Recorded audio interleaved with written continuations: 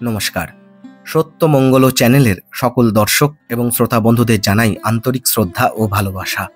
আজ আমরা এই ভিডিওর মাধ্যমে স্বামী গহনানন্দজি মহারাজের কথা থেকে আলোচনা করব। অপূর্ব আলোচনা করেছেন মহারাজ। মহারাজ বলছেন, শ্রী শ্রী ঠাকুর শ্রী শ্রী মায়ের যে প্রেম, ওই প্রেমের তুলনা কি তাঁদের প্রেমের সঙ্গে হয়? শ্রী শ্রী ঠাকুর শ্রী শ্রী মা তোমার জন্য যত ব্যাকুল, তার কাছে তোমার ব্যাকুলতা কি ব্যাকুলতা বলবে? মা নিজের সন্তানের জন্য যত ব্যাকুল হয়, সন্তানের মধ্যে মায়ের মতো ব্যাকুলতা কোথায়? সে তো তার মায়ের ওপর সম্পূর্ণভাবে নির্ভর করে থাকে। এইভাবেই নিজের সম্পর্কে ভাবো, তাদের ওপর নির্ভর থাকো। তাঁরা যেমন চাইবেন তোমাকে দিয়ে করিয়ে নেবেন। কথামৃত পাঠ করতে থাকো। দৈনন্দিন কাজগুলো করার সময় নিজের মনের ওপর নজর রাখো। কাজগুলো করার সময় মনকে সঙ্গে রাখো। তাকে করার মতো কাজ দাও, তার সঙ্গে কথা বলো, তার কথা শোনো, তার উপর নির্ভর করো। এই ধরনের অভ্যাস করো, যাতে সব কাজ করতে মনের পরামর্শ নিতে হয়। যেমন শ্রী শ্রী ঠাকুর প্রত্যেকটি কথা মা কালী থেকে জিজ্ঞেস করে নিতেন। সেটি ওনার মনের সঙ্গে কথা বলার এক ধরনের প্রক্রিয়া ছিল। তোমারও মন যখন শুদ্ধ হবে, তখন তুমিও মাটি, পাথর ইত্যাদি প্রতিমাতে তোমার ইষ্ট দেবতার উপস্থিতি অনুভব করবে। শ্রী শ্রী ঠাকুরের সেবা মনে প্রাণে জপ ধ্যান করে, শাস্ত্রপাঠ করে, উপাসনা করে করতে থাকো। তাতে শ্রদ্ধা উৎপন্ন হবে। বিশ্বাসকেও নিঃশ্বাস ও প্রশ্বাসের মতো জীবন ধারণের জন্য আবশ্যক মনে করো। শ্রী শ্রী মা কৃপার অর্থ বলেছেন, করার পর যা পাওয়া যায়, অর্থাৎ কর্মফল। এই রকম কৃপা তো তুমি পেতে পারো যখন কর্ম করছো। সর্বক্ষণ যখনই সময় পাও, যখনই তোমার মন এদিক ওদিকের কথায় ফেঁসে থাকে, প্রত্যেক কাজের মধ্যে প্রভুর নাম জপ করতে থাকো। এই রকম জপে সংখ্যা রাখার প্রয়োজন নেই। এই রকম জপের অভ্যাস করলে তোমার মন নির্মল হতে থাকবে, শুদ্ধ হতে থাকবে। মঠ ইত্যাদিতে যাও, ঠিক আছে, কিন্তু সেখানেও প্রভুর নাম মন দিয়ে সর্বক্ষণ মনে মনে জপ করতে থাকবে।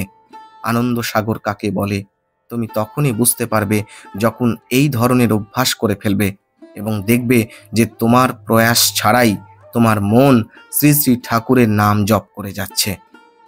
নাম জপে সুখী হও। শ্রী শ্রী ঠাকুর শ্রী শ্রী মায়ের অন্তরঙ্গ লোকেরা নিজেদের জীবনে সুখ, শান্তি, সমাধান কিছুই চান না। তারা তো শুধু প্রভু মার নাম জপ করতেই আনন্দ অনুভব করেন। তুমিও যত দূর পারো সর্বক্ষণ মনে মনে ঠোঁট না নাড়িয়ে, সংখ্যা না রেখে প্রভুর নাম জপ করতে থাকো।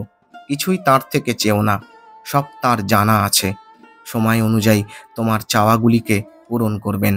নিশ্চিন্ত হয়ে জপই করতে থাকো। মনের কথা শুনবে, মনের কথা মানবে। কোনো একটি ছোট্ট বাচ্চা নাচতে নাচতে তোমাকে দেখে খুশি হয়ে জড়িয়ে ধরে এবং তোমার ওই সময় মনে পড়ে যায় গত রাতে সে কিছু জিনিস ভেঙেছিল এবং সঙ্গে সঙ্গে তুমি তাকে মারা শুরু করে দাও। তখন সেই বাচ্চাটার চেহারায় যে কষ্ট হবে, সেই রকম কষ্ট আমারও হবে তোমার ব্যবহারে। কিন্তু আসল কথাটি হলো, তুমি সারা দিন এই রকম ব্যবহার শতবার, হাজারবার মনের সঙ্গে করো। স্বামী বিবেকানন্দ এমন করতে বারণ করেছেন।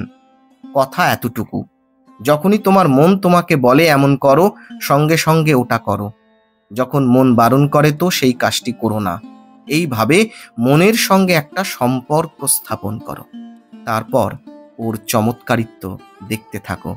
স্বামীজি এটাও বলেছেন, অনেক সময় হতে পারে তুমি তোমার মনের কথা মতো কাজ করে নাও উঠতে পারো।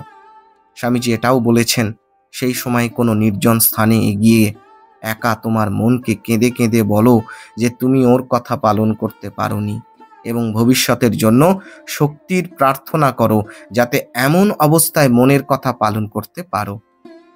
তার অতিরিক্ত এটাও করো, মানুষ যেমন ডায়েরি ইত্যাদি লেখে, তেমনি তুমি তোমার মনে নোট করো যে এটা তোমার দুর্বলতা ছিল, যে তুমি তোমার মনের কথা পালন করতে পারোনি।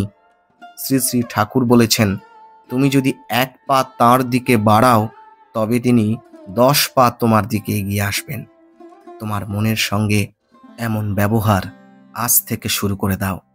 তারপর দেখো ভগবান তোমার দিকে 10 পা এগিয়ে এসেছেন। এমনই অপূর্ব আলোচনা করেছেন স্বামী গহনা আনন্দজি মহারাজ। মহারাজের রাতুল চরণে আভূমি লুণ্ঠিত প্রণাম জানাই। সকলে খুব ভালো থাকুন, সুস্থ থাকুন, আনন্দে থাকুন। আজকের ভিডিও এখানেই শেষ করলাম। আশা করছি আজকের এই ভিডিও আপনাদের খুব ভালো লেগেছে। আর সত্যিই যদি ভালো লেগে থাকে তাহলে প্রতিদিনের মতো ভিডিওটিতে একটি লাইক, শেয়ার, কমেন্ট ও চ্যানেলে যারা নতুন এসেছেন তারা চ্যানেলটিকে সাবস্ক্রাইব করে সত্যমঙ্গল চ্যানেলের পাশে থাকবেন। ধন্যবাদ।